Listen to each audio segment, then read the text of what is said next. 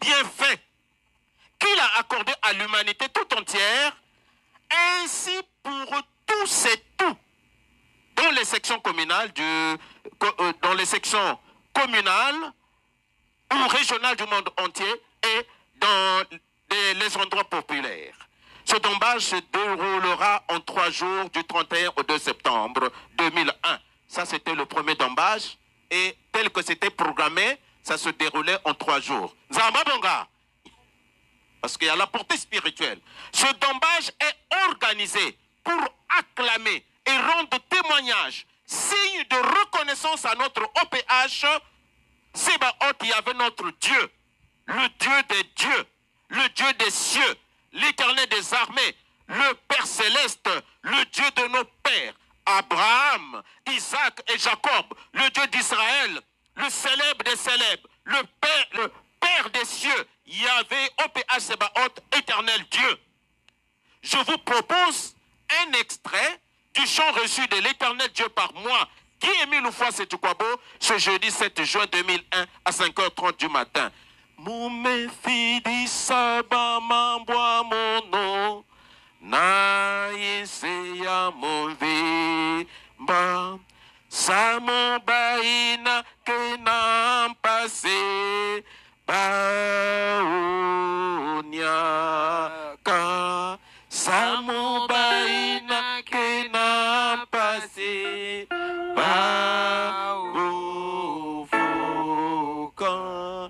Bankoti betoto danzambe Dondanzambe na mambote nyonso Bankoti betoto danzambe Manusolo ya yanti nyonso. Amen.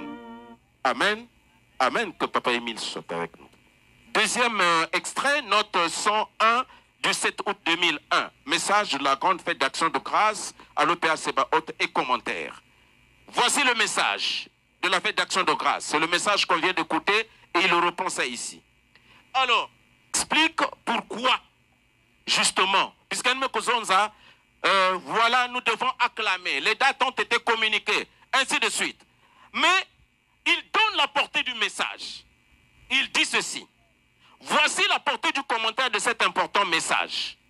Quelle est donc la plus grande richesse qui dépasse celle que Dieu vient de nous donner maintenant?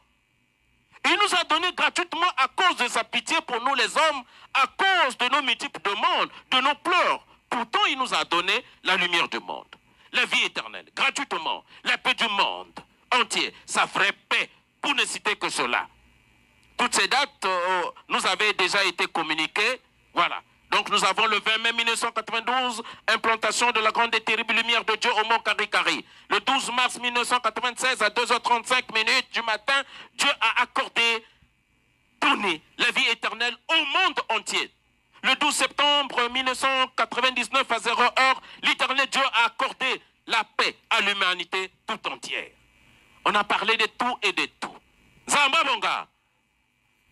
Zambi, le 5 mai, dans le message du 5 mai 2007, nous a accordé une nouvelle et longue vie sur terre. Donc il y en a tellement. Et pour tout cela, nous devrons donc le louer. Alors, il dit ceci. À cela, moi, Émile, je me demande et ne cesse de m'interroger sur les questions suivantes. Premièrement, quelle est cette plus grande richesse sur terre et dans les cieux qui dépasse celle qui consiste à Dieu d'implanter de nouveau sa demeure en Afrique? Deuxièmement, quelle est cette plus grande richesse sur terre et dans les cieux qui dépasse la vie éternelle que Dieu a donnée pour le monde entier? Troisièmement, quelle est cette plus grande richesse sur terre qui dépasse la paix du monde entier? Y a-t-il autre richesse? Y a-t-il autre chose plus importante pour nous que toutes ces richesses suivantes? Dieu nous a donné, je cite, la lumière du monde, la vie éternelle pour le monde entier, la paix de Dieu, sa paix pour le monde entier. Alors, chers frères et sœurs, que cherchons-nous de plus en tant qu'humains sur terre? Qu'est-ce qui dépasse ce que Dieu nous a donné?